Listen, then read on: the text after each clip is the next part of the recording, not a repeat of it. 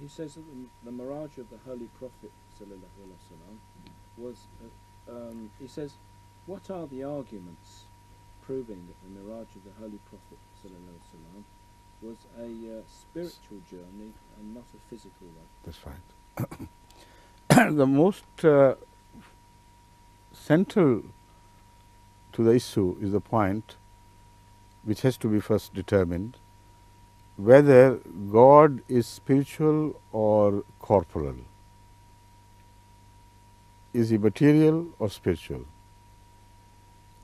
Is he seated in one direction or is everywhere? Anama tawallu fathamma wajhullahi. Huwallahu fis samawati wal ard. I mean, words to that effect have been expressed so clearly in different verses of the Holy Quran that you cannot conceive of a space anywhere in the universe and beyond which is empty of God. So, when you are required to move to Him, which way will you go? A corporal body has a point in space which can be approached from different directions. But if there is no corporal body, suppose somebody tells you to go towards the echo of the Big Bang, with which the entire universe is filled, which way will you go? There and then you will be rooted. You have no way to go. So, some of the Muslims believe Hazrat Muhammad Rasul Kareem sallallahu alaihi wasallam to have corporal body. The answer to them lies in this, that a corporal body cannot move in any specific direction towards something, some being which is only spiritual. And for those who believe that Hazrat Muhammad Rasul Kareem sallallahu alaihi wasallam was spiritual, they have already resolved the issue. It is a spiritual journey by a spirit. How can spirit, which has no body, make a bodily journey? So, there is no issue involved, in fact. Secondly, this scenario is very crude indeed, but the Holy Quran has very specific expressions which give light to this concept. When Hazrat Rasul Kareem sallallahu alaihi wasallam is known to have seen God, there is one verse which says, "Ma kadhabal fuadu ma ra'a." His heart did not tell lie regarding what the heart had seen. So, the hearts do not see corporal things, and it has to be a spiritual image the heart must have seen. Other indications, of course, but I will come now to the narration of the journey as we find in different authentic books of tradition. There are very positive indications that the journey was not physical, it was spiritual.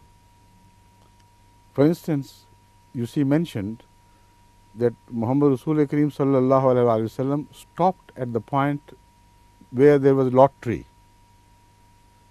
Now, can a Muslim with any sense believe that the parting line between humanity and God is marked by a lot tree? That lone lot tree hanging in the space, dangling somewhere, and that makhluk, the lot tree has to be a creation that has always been closest to God than the rest of the creation. If the closeness is measured in terms of how many miles away or how many miles closer, that lot tree has always been the closest to God. So, where that lot tree reached, if Rasulullah sallam reached, what was the difference? It's very nonsensical to believe that it was a bodily journey, not the spiritual. So, what does lot tree mean? It can only mean anything if it is taken to be just a symbol, because it was a custom then as it is now, even in the Punjab elsewhere. sometimes to draw the demarcation line and to give the message that this is our boundary. On the boundary, many villagers plant this tree because it is thorny, it is bushy, and it covers a lot of space and works as a symbol that this is my boundary, stop here. Beyond this, you are not permitted to come. So, I believe this was the symbol of that. Similarly then to how in this country the farmers used to have the hedgerow. Hedgerow, that's right, exactly. Which is now It's also thorny, isn't it? Yes. Yes, quite thorny. So, anyway, now turning to other messages which are potent with wisdom only if you take them to be spiritual rather than literal.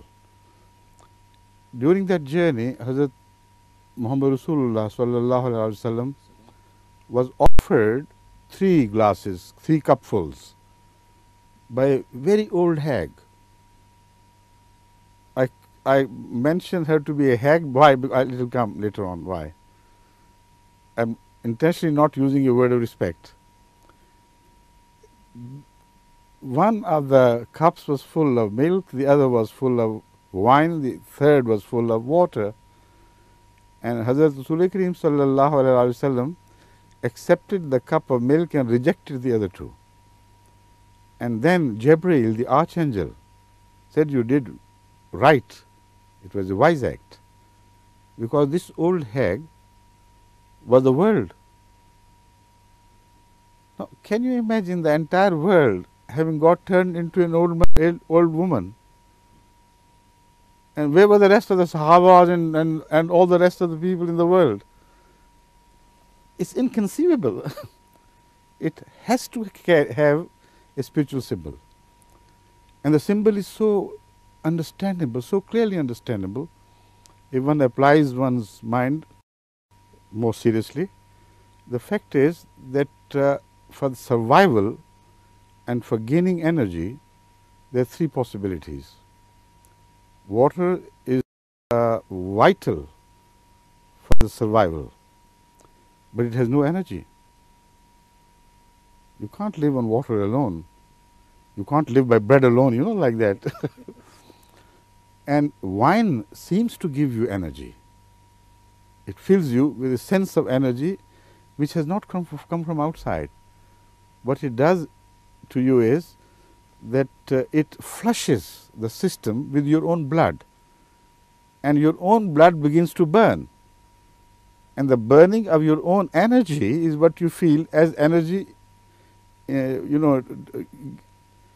to you in the form of that wine. So, in fact, you don't gain any energy, you lose energy by drinking wine. Now turn to milk. This is the only food which all the doctors, old and modern, are agreed that is the perfect food. It has water, it has all the ingredients that are necessary for human growth. You see, for about 2 or more years, the infants are fed entirely on milk, and they grow in every part of their body.